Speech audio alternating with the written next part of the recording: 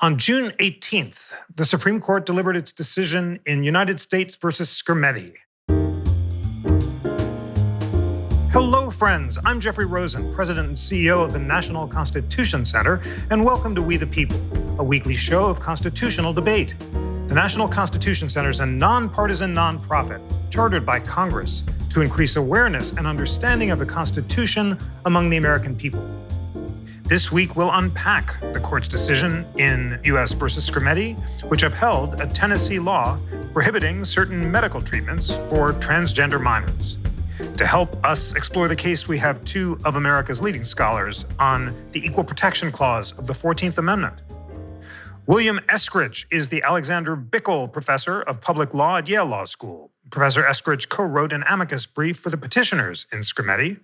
Professor Eskridge, it's wonderful to welcome you to We the People. Thank you very much, Jeff. It's a delight to be here. And Christopher Green is the Associate Director of the Chase Center for Civics, Culture, and Society at The Ohio State University. Professor Green wrote an amicus brief for the respondents in Skrmetti. Professor Green, it's wonderful to welcome you to We the People. Great to have me on, and great to be on with Bill Eskridge, who's a wonderful friend to civic dialogue. Well, let's just begin with the majority opinions and the dissents. Chris, if I may, what was the holding of the majority in Skrmetti? Well, so Skrmetti is working against the background. So this is a challenge that did not win at the lower courts. So the Sixth Circuit said that Tennessee and many other states have essentially bans on puberty blockers and cross-gender hormones for minors. The Sixth Circuit said that's okay, and the Supreme Court says that's okay. So why would that be okay under the 14th Amendment? Well, essentially what they did was reaffirm a case from 1974. So in 1974, there's a case, Gdoldig. Now, Gdoldig happened in the midst of the construction. So between 1971 and 1976, the Supreme Court cobbled together its sex discrimination jurisprudence. So it started off saying that in a particular case, this Reed case, 1971, that there wasn't a rational basis for a particular gender distinction. 1976, in Craig versus Boren, it comes up with this system of intermediate scrutiny. But in between, this Gdoldig case, the court said that it's uncertain at the time in 1974 exactly what they're going to do with gender discrimination or sex discrimination. But what they say in 1974, and they reaffirmed last week, they said, whatever we do with sex discrimination on the basis of pregnancy or specifically biologically rooted conditions, that doesn't count as sex discrimination. So essentially what the court said was, well, telling people who have certain chromosomes that they can't have certain hormones, that is not treated as the kind of sex discrimination that gets ultimately intermediate scrutiny. So all that Tennessee needs to show is a rational basis, and this might be rational. So because the court reaffirms Gdoldig, they get a very low level of scrutiny. All that Tennessee has to do is have a rational basis, rational connection to a legitimate interest, which they thought Tennessee did. So they affirm the law. That's essentially what they did. Thank you so much for that. And Bill, what was the holding of the dissent in Skrmetti? Well, thanks, Jeff and Christopher. I want to clarify a little bit kind of issues that were decided by the Sixth Circuit. There were two kinds of claims that the Sixth Circuit evaluated. One was the equal protection claims on the part of the parents and the children who were denied this care. And that was based upon the idea that most puberty blockers and hormone treatments in Tennessee and other states are done for cisgender children. In other words, children who are not transgender. It's only children and their parents who are transgender who are denied these treatments, okay? And so the argument was that this is a violation of equal protection as both a sex discrimination, which is intermediate scrutiny, and or discrimination against a discrete and insular minority, i.e. transgender kids and their parents, which is independently, according to the plaintiffs, a violation of the Equal Protection Clause.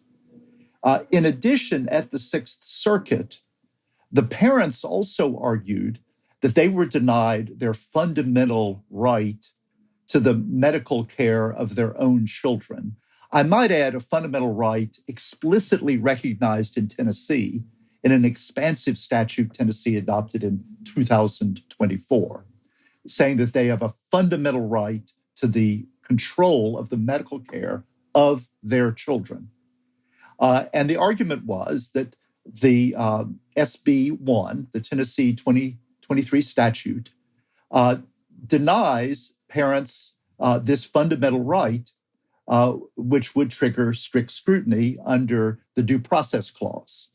The Sixth Circuit, as Christopher pointed out, rejected both lines of argument. The government, the Department of Justice, was an intervening plaintiff, and its petition for review was granted, and the Supreme Court did limit review to the Equal Protection Clause. There were three arguments presented to the court under the Equal Protection Clause. One was the sex discrimination argument, as Christopher pointed out. The second was discrimination against transgender individuals, as it was an independent argument under the Equal Protection Clause. And then the argument that the amicus brief that I authored submitted was that the Supreme Court has repeatedly recognized that equal protection strict scrutiny applies when a fundamental right is denied to any group. It doesn't have to be a racial group or even a sex group, but a fundamental right like voting or marriage is denied. And the Supreme Court for decades, if not centuries, has recognized parental rights as absolutely fundamental.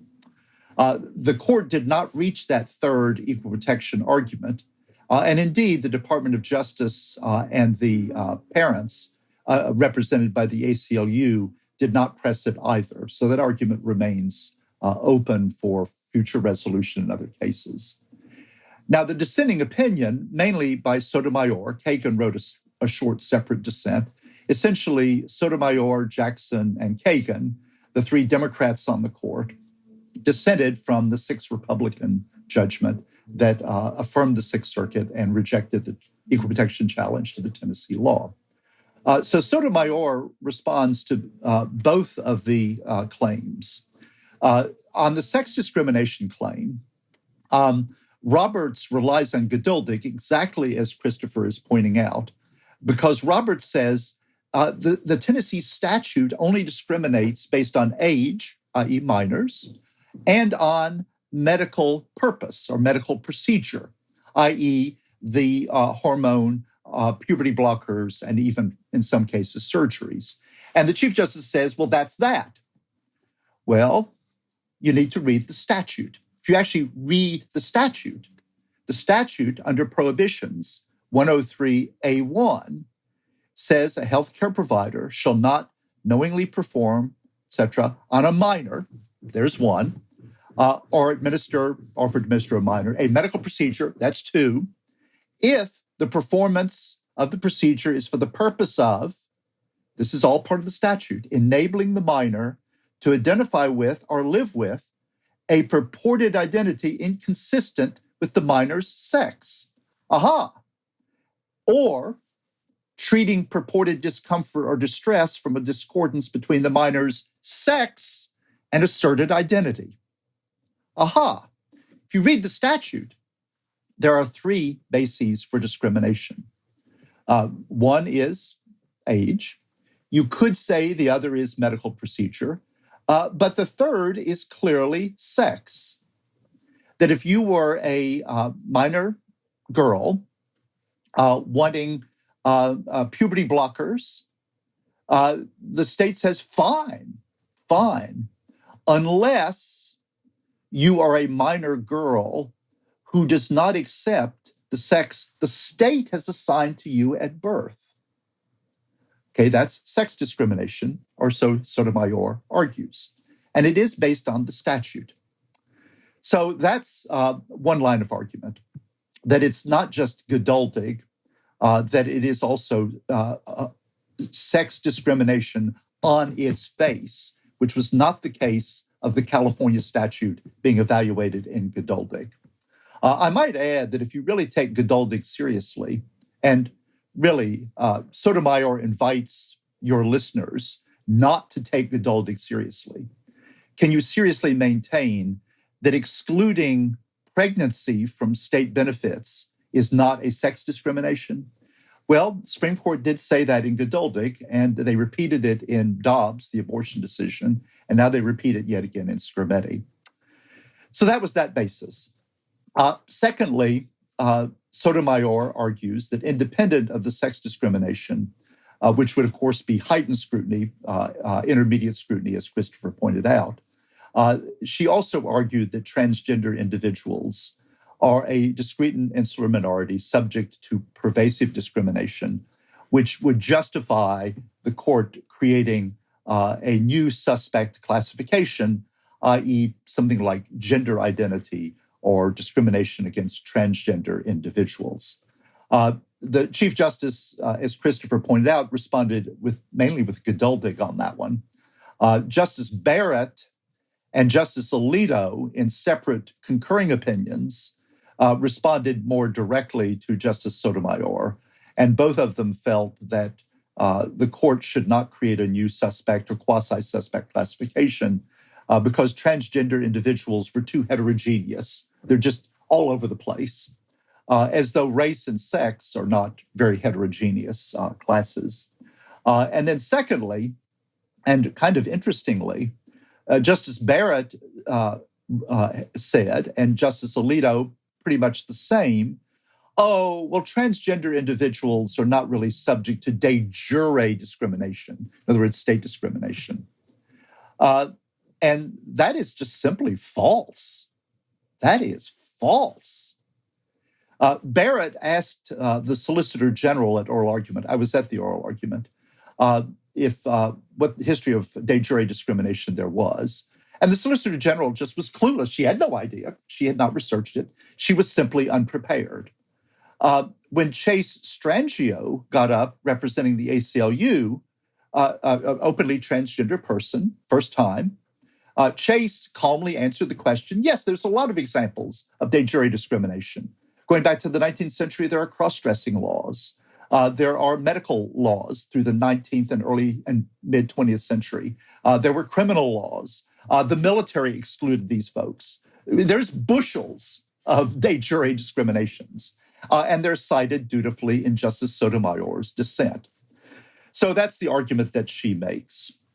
And of course, she argues that it should be intermediate scrutiny, and so the proper course would be to remand to the Sixth Circuit and the district court ultimately to reevaluate the Tennessee policy, give them a chance to show that they satisfy intermediate or strict scrutiny.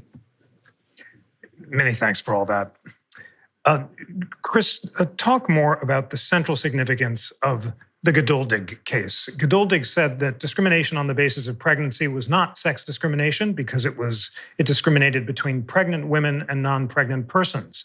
This was a significant defeat for Justice Ruth Bader Ginsburg's anti-stereotyping principle. In the 1970s, Ruth Bader Ginsburg argued that the anti-stereotyping principle prohibited state action that reinforces traditional conceptions of men and women's roles. And this was the foundation of her argument that restrictions on abortion were sex discrimination because they reinforced traditional gender roles. The court rejected that in the Dobbs case, where it reaffirmed the centrality of Gdoldig. And here, as you suggest, the reaffirmation of Gdoldig was central to the majority's rejection of the idea that transgender discrimination was sex discrimination. Say more about this and what its implications are for the future of gender discrimination. Right. So it is a little hard to say exactly what the future is going to be, but Gdoldig has had surprisingly long legs. So I mean, if you look at a biology textbook, just sort of people thinking in general, what is, in a mammal, if you're trying to figure, you've got some new species or something, and you're trying to figure out, well, there seems like there's two kinds of this sort of new being, which is the male and the female, the one that become pregnant. Ability or kind of suitedness, proper functioning related to pregnancy is literally what you'll find as the definition of being female. So, I mean, the way a lot of people think about Gdoldig is it's a highly formalistic exception to a highly formalistic rule. So Gdoldig, it's interesting. So Justice Ginsburg was heavily involved in lots and lots of the 70s cases. Very famous argument in I think the Frontiero case just a year before. In 2012, there's a very interesting case, Coleman. It actually involved Section 5 of the 14th Amendment, so the Family Medical Leave Act, one of the provisions. But Justice Ginsburg, for 4 justices, said, for 38 years, I've been really upset about this Gdoldig case, and I think we should overrule it. Went into a good bit of detail about why she thought it should be overruled, pursuant to thinking about Congress's power to enforce the 14th Amendment, Section 1. Justice Kennedy, on behalf of the majority, said nothing at all. It was really quite a remarkable sort of ghosting of the dissent. Justice Kennedy, I was fascinated by this, and I had a student look up, when does this happen? When do majorities just completely, utterly fail to respond to something? And Justice Kennedy did it more than other justices. So Justice Stevens, Justice Scalia, they would all, if there's something in the dissent, he's like, okay, I'm going to give you some more. And they would go back and forth. It was, the professors would love it, having these dueling footnotes and whatnot. But Justice Kennedy did not. But 10 years after that, it's interesting, very interesting. Dobbs has this footnote. So there's this argument, well, abortion rights, abortion regulations are discrimination on the grounds of pregnancy. The majority says, well, no, it's not. See Gdoldig. All 3 of the dissenters in Dobbs had been in that majority 10 years. Been in that dissent 10 years before with Justice Ginsburg, saying, "Hey, we want to get rid of Gdoldig." They don't mention it, but then 3 years later, now they do want to reconsider Gdoldig. So I find it mostly fascinating. Kind of fascinating, like a car wreck, in terms of just the willingness to reconsider old opinions. And of course, Dobbs, right, in 2022 is reconsidering this case from 1973. So the dissenters there, they were saying, well, we got to reaffirm this case from 1973. It would not be the greatest look to say the reason why we have to do it is because we're overruling this case from 1974. Here you had a sort of similar question. Should the court reconsider the whole framework of intermediate scrutiny? Craig versus Bourne from 1976. The court did not. So that's what I was pushing in my amicus brief, but the court didn't address this. Justice Thomas, in a footnote, said, well, I still think maybe this whole system is wrong, but Tennessee didn't raise it. So I'm not going to consider it. The dissent, though, didn't. I mean, so the petitioners didn't challenge Gdoldig directly, but the dissent didn't make any argument like that. But if the majority had gone on the Gdoldig reconsideration route, they really would have had a question. Well, why aren't you reconsidering Craig? If the rationale for not reconsidering Craig is the parties didn't raise it, well, the fact that the parties didn't raise Gdoldig, why is that such a problem? So from the perspective of stare decisis, so sticking with old precedents that may or may not be right according to the actual meaning of the Constitution, I think it's a fascinating area. I think the court probably doesn't have anything that can get 5 votes to say coherently on that question, which is why it's been so confusing. But they certainly were willing 3 years ago to reconsider Roe, but they stuck with Gdoldig then, and they did again last week in Skrmetti. Bill, Justice Sotomayor argued that Gdoldig was egregiously wrong when it was decided, and she quoted Justice Ginsburg's dissenting opinion in the Coleman case.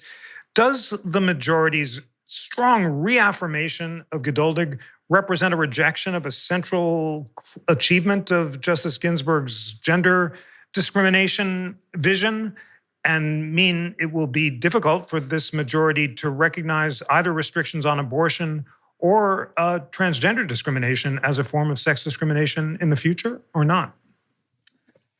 Well, the first thing I would say is that everybody is overreading Gdoldig. If you actually read Gdoldig, and I've also read the justices' conference notes and so on and so forth, if you actually read it, the majority does seize upon footnote 20. That is a footnote. The main holding of Gdoldig was that California claimed that its system of disability benefits would go bankrupt if pregnancy were included. And that was mainly what the majority talked about in Gdoldig. But they do have that footnote exactly as Christopher is describing it. So Gdoldig can be read narrowly or can be read broadly, and the Roberts Court is reading it as broadly as possible, if not beyond. So is this egregiously wrong? Well, of course it is. How can you, with a straight face or a transgender face, say that discrimination based upon pregnancy is anything but sex discrimination? Hey, indeed, Tennessee recognized that in the statute we're talking about. Can we read the statute again?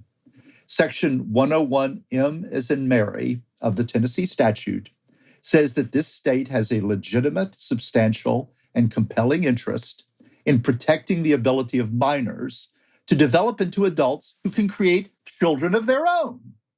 What is that a reference to? Exactly what Christopher is talking about, that women are going to be the bearers of the children and men are going to be the inseminators. The statute goes on. Read the statute. The state has a legitimate, substantial, and compelling interest in encouraging minors to appreciate their sex. That's the sex assigned at birth, particularly as they undergo puberty. So the whole point of the Tennessee statute is to reaffirm traditional gender roles associated with what it considers to be two biological assigned at birth sexes, male and female. So Gdoldig, it seems to me, in footnote 20, and the decision is perfectly, understandable without that footnote 20. I think that is egregiously wrong. Jeff, as your question does suggest, however, Gdoldig has now emerged, and as Christopher says, as soon as Dobbs, and certainly in this case, Gdoldig has now emerged as a workaround the court's sex discrimination jurisprudence in the VMI case, Justice Ginsburg's opinion, Craig and Boren, Justice Brennan's opinion, and other precedents of the court. So now you can just simply avoid sex discrimination arguments if you choose by ignoring the language of the statute and recharacterizing the statute as a age statute or a medical procedure statute, right? And again, I will repeat, Gdoldig, the California statute, did not use the word sex. It simply said, here's what we're covering, and we're not covering pregnancy. It did not say sex. The Tennessee statute says sex, sex, sex, sex, sex, all over the place in 101 and 103, which are the findings and the prohibitions. So it seems to me that this is severely objectionable. Now, here's the news. And that is, if you are a Republican legislator who wants to conduct a war on contraception, make it difficult for women without resources, persecute transgender people, persecute gay people, get political points for this, political points for that, the Roberts Court has given you a pathway to Margaret Atwood's Handmaid's Tale, okay? I'll give you an example. The Tennessee statute regulates birth control pills. Aha! How is that? Well, birth control pills, as I understand it, contain hormones. Hormones are forbidden to transgender youth under certain circumstances, so you'd have to figure that out. But they're perfectly okay under this statute for cisgender adolescents. I think there's another Tennessee statute that says you've got to get parental permission. But again, that would make it okay. So under the Roberts approach and Gdoldig, you could say, hey, teenage girls generally cannot have access to birth control pills. Make it a crime or a civil penalty like the Tennessee statute for a doctor or a pharmacist or anybody or a parent. Parents are covered by the statute as well, to facilitate their teenage girls getting birth control pills. And you say, hold on, that's sex discrimination. No, you don't use the word girl. You just simply say birth control pills are now illegal for minors, right? And you say it's age and it's a medical product. It's a drug. They say, but only women use it. Doesn't matter. Not all girls use birth control pills, right?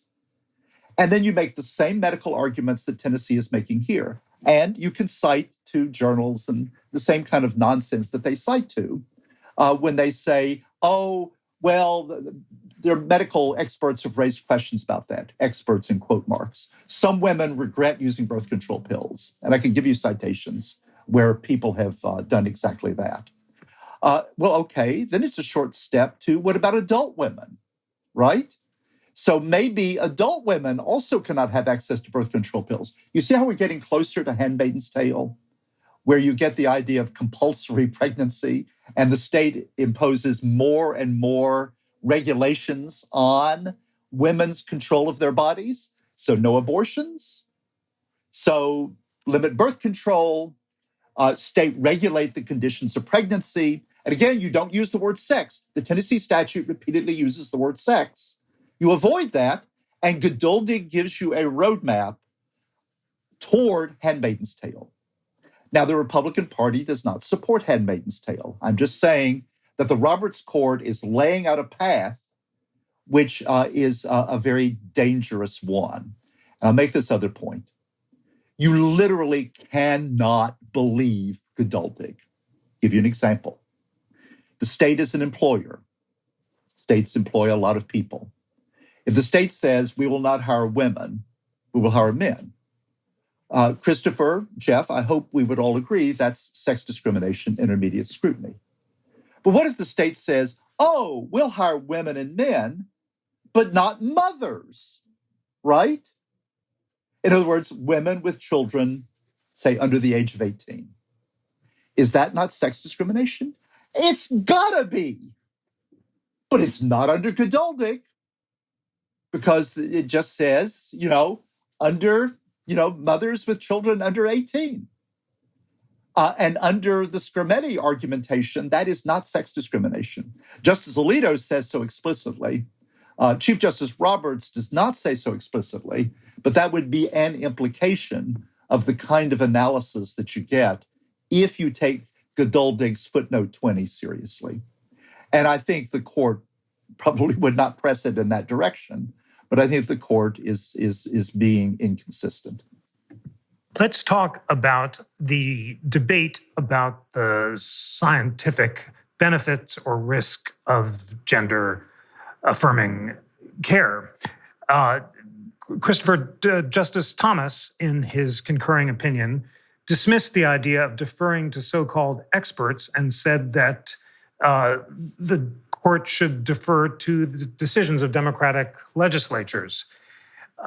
Tell us about Justice Thomas's view about the empirical evidence and the nature of the debate about the empirical evidence in the lower courts. Sure. So I would say, deference to elected majorities, that's a little bit more a feature of the majority opinion. So Chief Justice Roberts, he doesn't really get into, so reconsideration of some of these policies in Europe and some of the kind of retrenchment, rethinking of these policies that people have done in response to the Cass report and such. So once he decides we're not at intermediate scrutiny, we're not at strict scrutiny, we're just at rational basis, well, the line from 1955, it might be thought rational. So you look at certainly the incidence of self-harm among this population is unbelievably high. These treatments do not look like they have solid evidence that they reduce it, and they might, in the view of many experts, many people who have studied it anyway, look like it is a form of self-harm. That's all that the majority thinks you need. Justice Thomas, in his concurrence, really does get into the weeds of these studies and counter studies in response to the dissent. So Justice Sotomayor, she gets into quite a bit of the studies, and I should say, just looking at the amicus briefs, there were something like 100 amicus briefs, and Professor Eskridge and Professor Calabresi, they were two of the more prominent ones on their brief. The Constitutional Accountability Center, those two briefs on the petitioner side were the two main ones that really got into like 14th Amendment history that was directly relevant. My brief, Kurt Lash's brief, and I think the Alliance Defending Freedom, one of the amicus briefs on the respondent side got into history, but all of the others. So the vast majority were getting into like lots and lots of dirt under the fingernails in terms of these studies and counter studies. So if you want to really get a sense for just how much dispute there is back and forth about the empirics, the amicus briefs have a huge amount of it. So if you think, oh my goodness, Justice Thomas is going on at length, you ain't seen nothing if you didn't go through all those amicus briefs, because there is quite a lot. But the majority basically says, well, it's not our job to do this. Very, very similar, I think, to Justice Holmes in 1905, saying, if it were a question of whether I agreed with this, I would have to think a long time. So you might remember, Jeff, you of course remember Justice Taft took several years to decide one of these cases in the 1920s, Myers. Well, if they really were going to make a pronouncement that they had any confidence in about these back and forths of these empirical questions, they would not have decided this in 2025. They would have had to take several years. But the majority says, well, we don't. That's not our job. This is good enough to pass rational basis. We have this story about why intermediate scrutiny doesn't apply. We're gonna go with that. But Justice Thomas, in order to respond, gets into more detail. And if you replace this whole system with something else, you really could come up with a level of scrutiny that's in between rational basis and intermediate scrutiny. So I have pushed the idea that the precedents from administrative law. So anytime you have a big cost on a group, you might say, hey, government, you got to explain what you're doing. So the case from 1971 about I-40 going really close to the Memphis Zoo, cutting it off from Overton Park. You got to explain why you're doing that. Just, we want I-40 to be straight is not enough of an explanation. And that's just an impact on a zoo, okay? You don't need to have a suspect class. Just any big impact on anything that matters to a lot of people ought to get some kind of explanation. So the court has been regularly at least looking over the shoulder of administrators saying, are you giving making a decision that's reasonable and reasonably explained?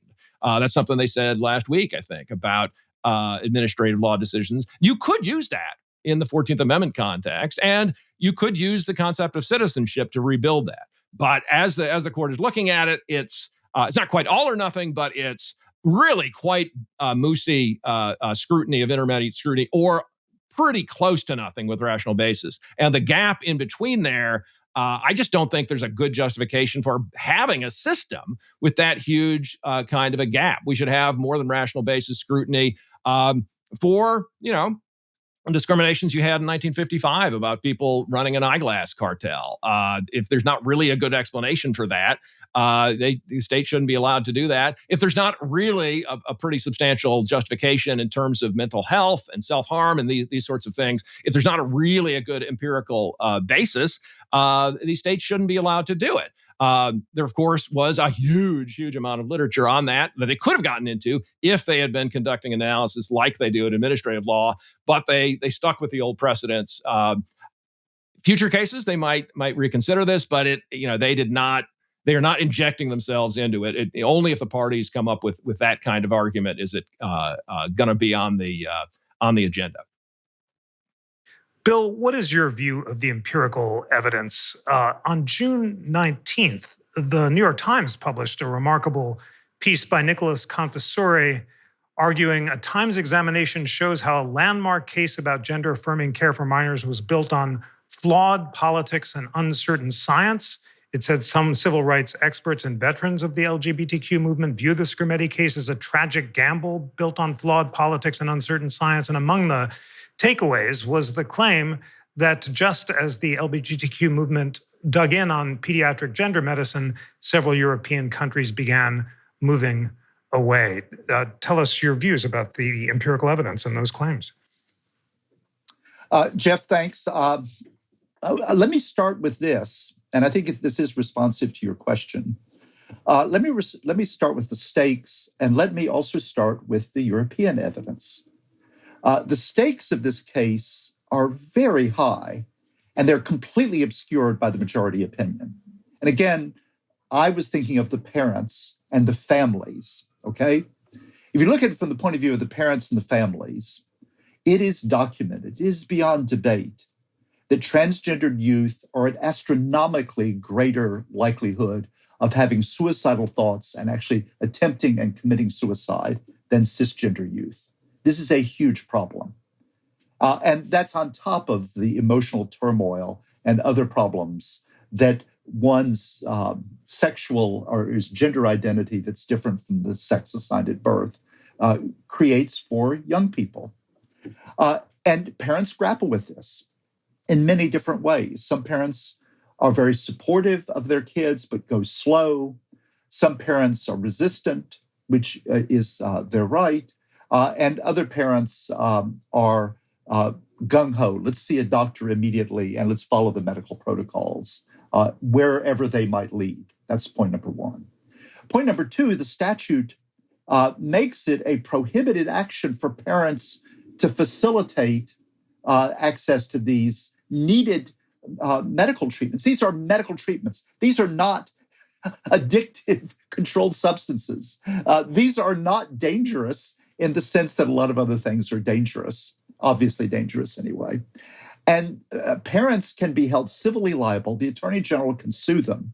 The Attorney General under Section 106, again, the Chief Justice doesn't talk about this, can sue parents who violate the chapter, and they can receive an injunction, and they can impose a civil penalty. So it's not a crime, it's a civil penalty, $25,000 per violation. And every time a parent helps the kid get a puberty blocker or a hormone, including birth control pills, by the way, under some circumstances, that is potentially $25,000, which middle-class families, of course, cannot afford. So this is open season, not just on transgender youth, but on the parents. Okay, does the European experience support that? Of course not, right? So the Cass report, which is prominent in the Chief Justice's opinion and in Justice Thomas's concurring opinion, the United Kingdom responded to the Cass report by imposing in the National Health Service some limitations on access to puberty blockers and hormones. There is no statute in the United Kingdom that prohibits parents from engaging in doctors and these medical treatments. They might not be able to get all that they want out of the National Health Service, but many Britons use private health servers, and that is not prohibited. Moreover, the age is 16 in the United Kingdom for access in the National Health Service for puberty blockers, et cetera, et cetera. And there are exceptions even before that. So if you look at the comparative evidence, which the majority was obsessed with, and Justice Thomas obsessed with, it does not support the draconian handmaiden tale kind of remedy that Tennessee is imposing upon families, and only certain families, only a minority of families who actually use puberty blockers, hormone, surgery in the state of Tennessee. So the stakes are very different from what you would gather from reading the majority opinion. Now, as to the empirical evidence, in my opinion, what might have driven the court to a lot of legal nonsense about sex discrimination, et cetera, was a reluctance on the part of Roberts and Kavanaugh and Barrett, the controlling three, to get engaged in the very messy weeds of the empirical debate. Okay?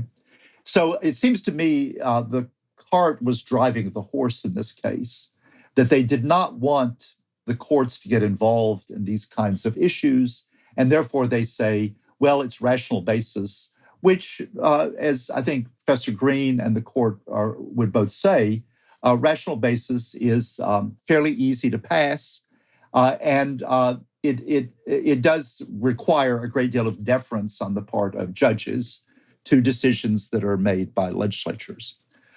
Now, having said that, I would say the best evidence that I think should have been looked at is Daniel Jackson's recent NIH publication, 2023. It's called Suicide-Related Outcomes Following Gender-Affirming Treatment, a Review. And that evidence is not much looked at by the majority and Justice Thomas. Yes, there are risks. There are side effects. There are side effects and risks taking aspirin, for goodness sakes. Do any of the justices drive a car? That is way more risky than having even gender-confirming surgery, which is very rare in any of these states before the age of 18, and way more risky than hormone therapy. Pregnancy is way more risky than any of this stuff. So yeah, if you wanted to talk about risk, the state can regulate pregnancy. That's another Gdoldig workaround to discriminate against women without using the word sex. Again, the Tennessee statute does use that word. So the science that I would focus on, I think there are risks. I think they've been documented. There are studies like the Cass report, which is very flawed, which are on the high end of risk, and other studies which are on the low end of it.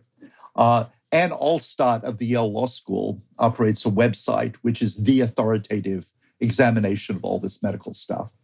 And I think the Jackson article is a good source for a balanced treatment of the fact, and this is so well documented, that not only do transgender teens commit suicide at higher rates, attempt suicide at higher rates, have suicidal thoughts at higher rates, but what the Jackson study strongly supports, though I don't think it's the final word, is that suicidal thoughts are ameliorated for the average transgender youth by some kind of gender-confirming medical treatment.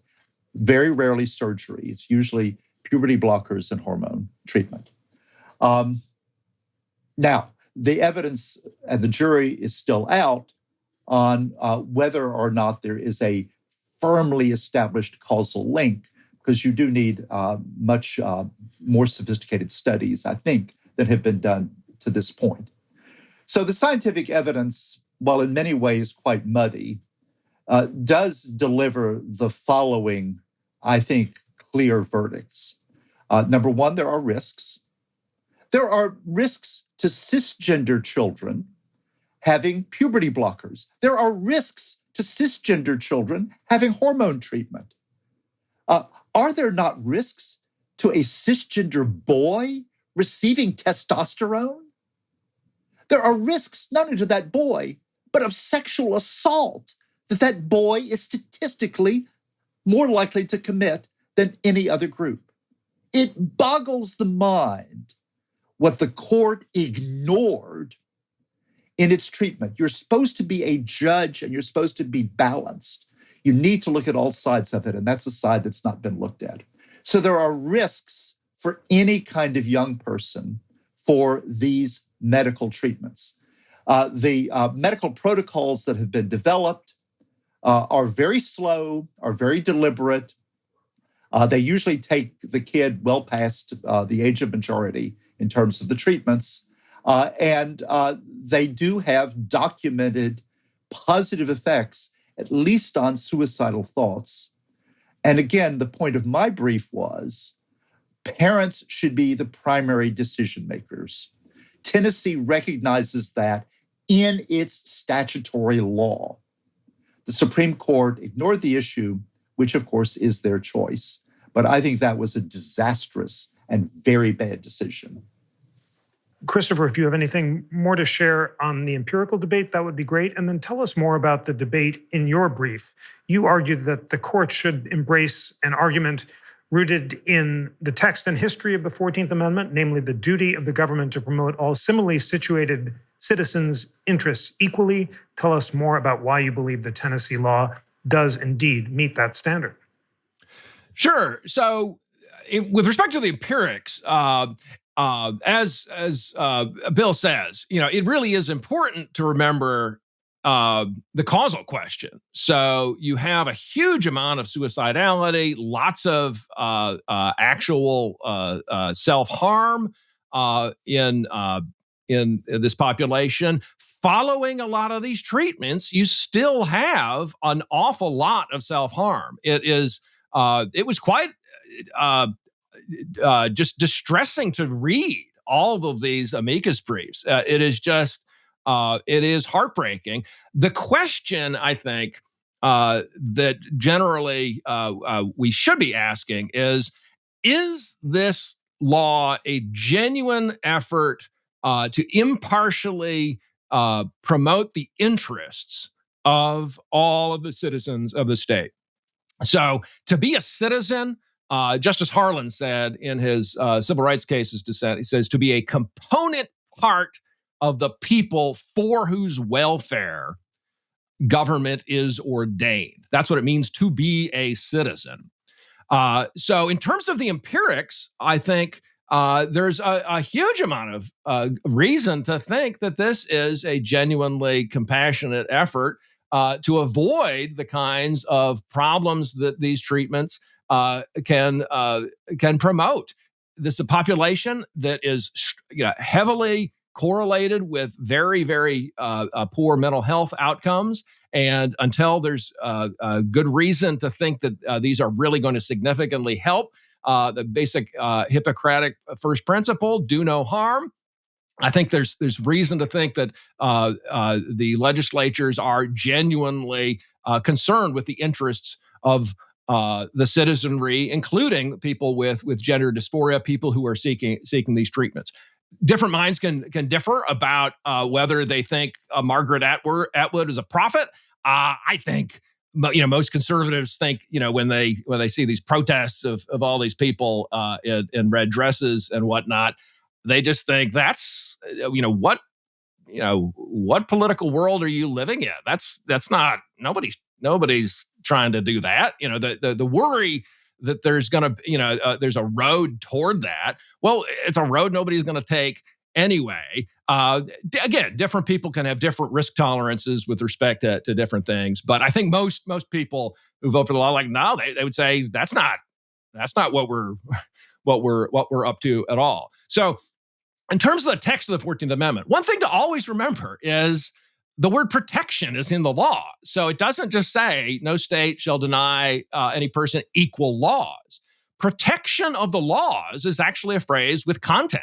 And it means, if you look at William Blackstone, if you look at Marbury versus Madison, it actually talks about the entitlement to receive the protection of the laws. That doesn't mean just equal laws in general. It means the entitlement to protection from violence, paradigmatically during Reconstruction, Klan violence, protection from violence, and the right to a remedy. Equality is a huge part, of course, of the 14th Amendment, but it's equality based on citizenship. And the model that I promote, and actually it's very similar to what Bill says is in his amicus brief, is trustees and beneficiaries. So if I'm a trustee, if I've been put in charge of a pot of money for a bunch of my nieces and nephews or something, I have a duty to give impartial attention to the interests of everybody concerned. So Bill's brief ends with this quote from Charles Sumner, about very much striking that theme. And I read that and I thought, oh my goodness, I wish I'd read that quote a year ago when I was putting together an article on that topic, because it's perfect. It's like exactly the vision that Harlan had about what it means to be a citizen, lots of other definitions.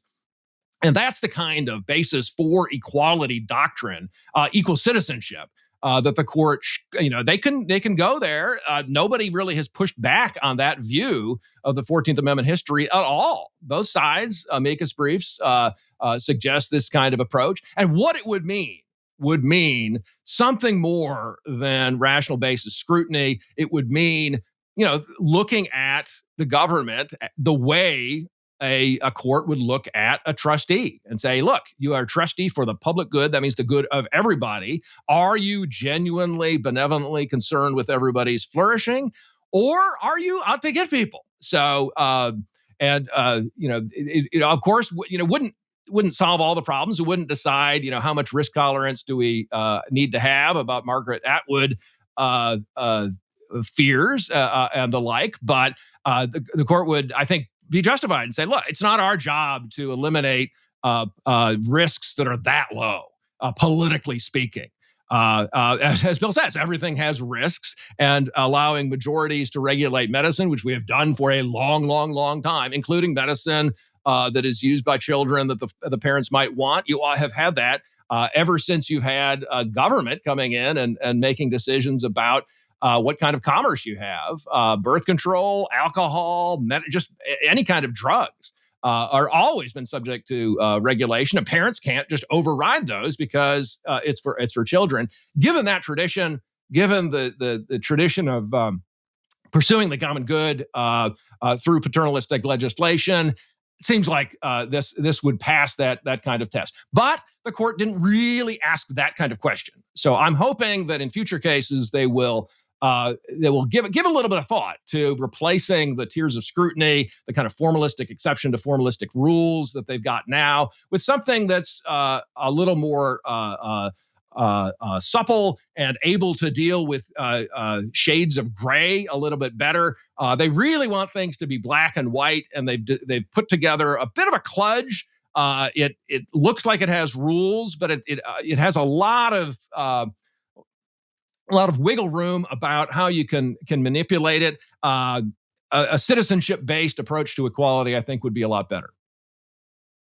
Bill, Christopher argues that the court should ask, is the law looking out for the good of all, or is it out to get people?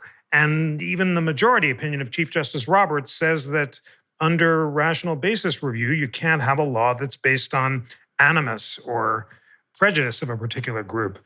Do you believe that there's any way that this Tennessee law could pass that rational basis review with bite, given the debate about the medical evidence? Or do you believe that it has to be struck down as a form of animus?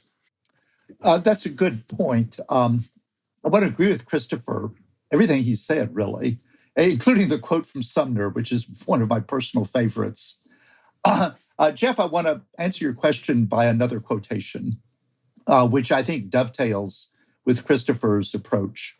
And that is one of the most famous conservative justices of the 20th century was Robert Jackson, who very famously dissented on conservative grounds from Korematsu, the Japanese-American internment case.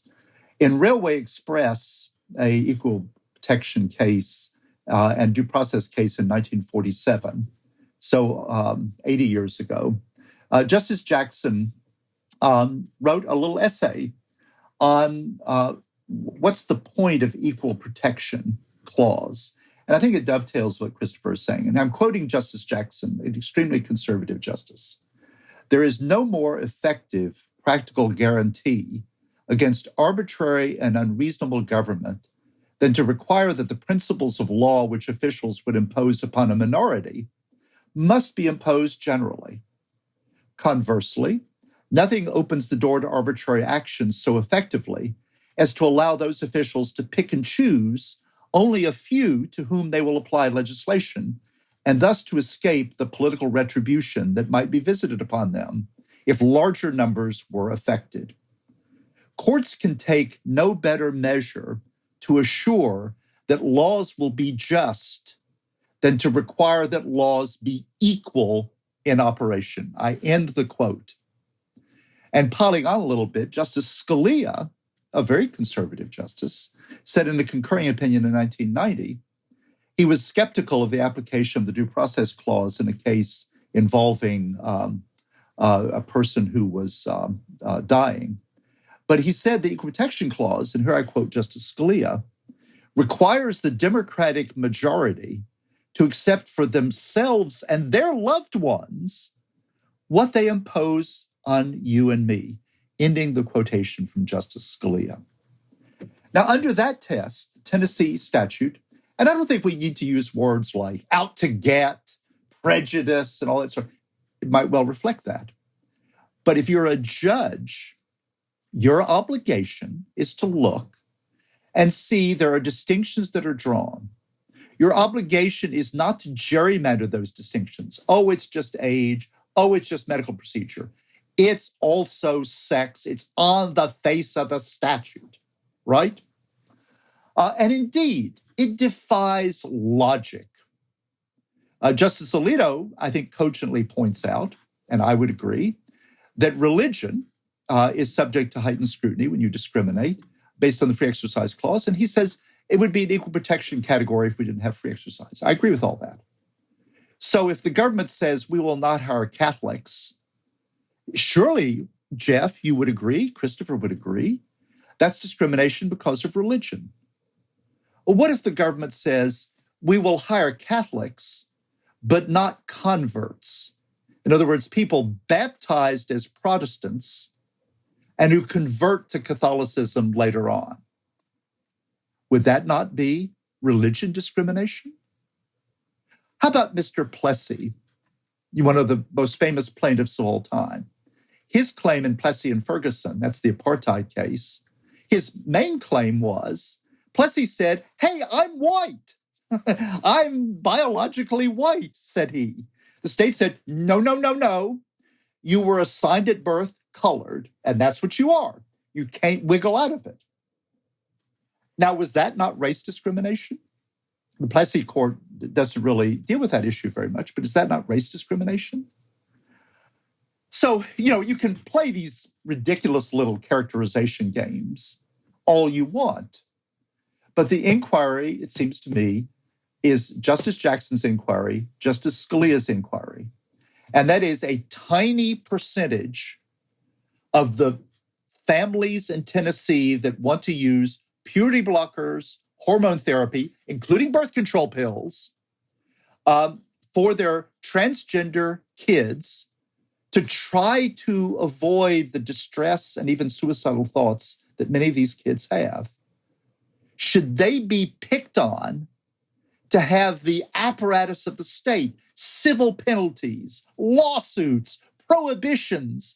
You become anathema to doctors. Doctors will shy away from you. The doctors will fear having to do anything for the transgender children out of fear that they're going to get some kind of legal liability, because the state also, Roberts doesn't quote this, can deny you a license if you violate the statute. So they could really lower the boom on medical providers, civil liability, fines, lawsuits, losing their license, attorney general, and parents as well, fewer of those. Is that really, I like Christopher's idea and Sumner's idea. The state is like a parent, and the parent should have an equal concern for all of his children. That's literally out of Sumner. That's literally what's behind the Equal Protection Clause. If you care about original public meaning, which they don't, right? It shows that they don't. They're not curious about any of that. And it does seem to me that that's well reflected in what Christopher is talking about, what Robert Jackson is talking about, what Justice Scalia is talking about in the Cruzan case, which I quoted from. I think if there were any bite to rational basis, the case would be much more like Evans and Romer. That was the Colorado Initiative case. And a central problem with that case, as Justice Kennedy pointed out, is that the regulation was way over-inclusive and way under-inclusive. And let me explain it as applied to the Tennessee case. So the prohibition on these medical procedures is way under-inclusive because the overwhelming majority of these medical procedures are not used for transgender children and their supportive families. They're used for cisgender children or people who just want to get their, face fixed or want to delay puberty for whatever reason. And parents and doctors can make those decisions. So it's way under-inclusive, but it's also way over-inclusive because it affects children who medical authorities and any sane view desperately need these procedures. Yes, transgender children, as the majority points out, are very heterogeneous. Many of them, either they or their parents don't want the procedures, and the parents can veto it. But some of them do desperately need it, and the parents recognize maybe the child has tried to commit suicide, and the parents are like, we will do anything that's medically acceptable. So they go to recognized doctors following recognized protocols, and that provides documented relief, at least against suicidal thoughts. And it also shows parents' willingness to be supportive and to work together in this triad. The young person, the parent, and the doctor. As parents, many of the justices, I think maybe all of them in the majority, are parents of some sort.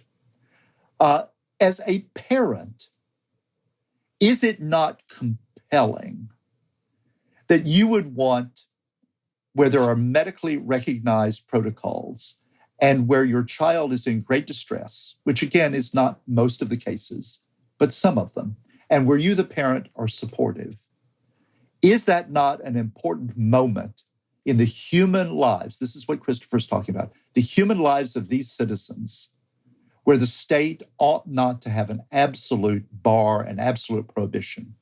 Even in England, which they want to rely on, in England, the parents would have that opportunity. In the United States, most states, they would. Tennessee, they do not. And now that is going to be the policy of Tennessee and a number of other states. So that is very sad. It's a sad day for law. It's a sad day for democracy. It's a sad day for the Equal Protection Clause. Well, it's time for closing thoughts in this important discussion. In just a few sentences, Christopher, tell we the people listeners why you believe the Tennessee law is consistent with the Constitution. Briefly, if you look at the background, if you look at the mental health situation and the data, Tennessee is not picking on these folks. It really does not seem like that. It is quite sane to think that the way that people are constructed, working with that, is going to promote human flourishing. Reasonable people can disagree, but there's very strong reason to think that these sorts of treatments, in fact, do not help people, and allowing people to harm themselves is not itself compassionate. Sumner's principle. It's not the background of the Equal Protection Clause, but it is the background of citizenship and the Privileges and Immunities Clause. But I think Tennessee is genuinely, impartially promoting the interests of all its citizens, at least to the extent that a court has judicially cognizable evidence to say otherwise. This is something that the legislature should be allowed to do. Thank you so much for that. Bill, last word to you in just a few sentences. Why do you believe the Tennessee law violates the U.S. Constitution? I would say the Sumner point is a background of the Equal Protection Clause. He was making a class legislation argument to the Massachusetts Supreme Court. The Equal Protection Clause was copied from the Ohio Constitution, which was a prohibition of class legislation. And they used the word equal protection of the laws. So Sumner is directly on point. And for the reasons that I've suggested, the Tennessee statute does fail the Sumner test. And I would emphasize from the point of view of parents and families that most of the families that rely on hormones, puberty blockers, and even the surgery are for their cisgender children to conform with the sex assigned to them at birth. The only families that are singled out, and it's a tiny minority of them, are those families where the children do not identify with the sex the state assigned them at birth, and they have supportive parents and supportive doctors who want to provide the beginnings of medical treatment. There are always risks to medical treatment. They're just as high, if not high. The risks are just as high for the cisgender kids. The benefits are much lower because those kids are not at high risk of suicide. And that's what I would emphasize. Thank you so much, Christopher Green and Bill Eskridge, for a deep, thorough, and thoughtful discussion of U.S. versus Skrmetti. Chris, Bill, thank you so much for joining. Thank you both, Christopher and Jeff. Jeff very expertly moderated and led. Thanks very much, Jeff and Bill. This episode was produced by Griffin Ritchie, Samson Mastashari, and Bill Pollack. It was engineered by Bill Pollack. Research was provided by Griffin Ritchie, Samson Mastashari, Cooper Smith, Gyuha Lee, and Tristan Worsham. Please recommend our show to friends, colleagues, or anyone anywhere who's eager for a weekly dose of constitutional illumination and debate. Friends, I've mentioned the exciting interactive declaration that the NCC is launching in September. It convenes America's greatest historians and legal scholars to write about the big ideas of the Declaration and Constitution. I can't wait to share it.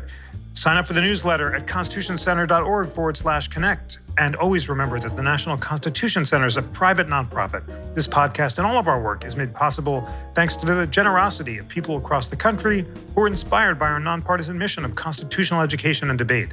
Please consider supporting the efforts by donating today at constitutioncenter.org/donate. On behalf of the National Constitution Center, I'm Jeffrey Rosen.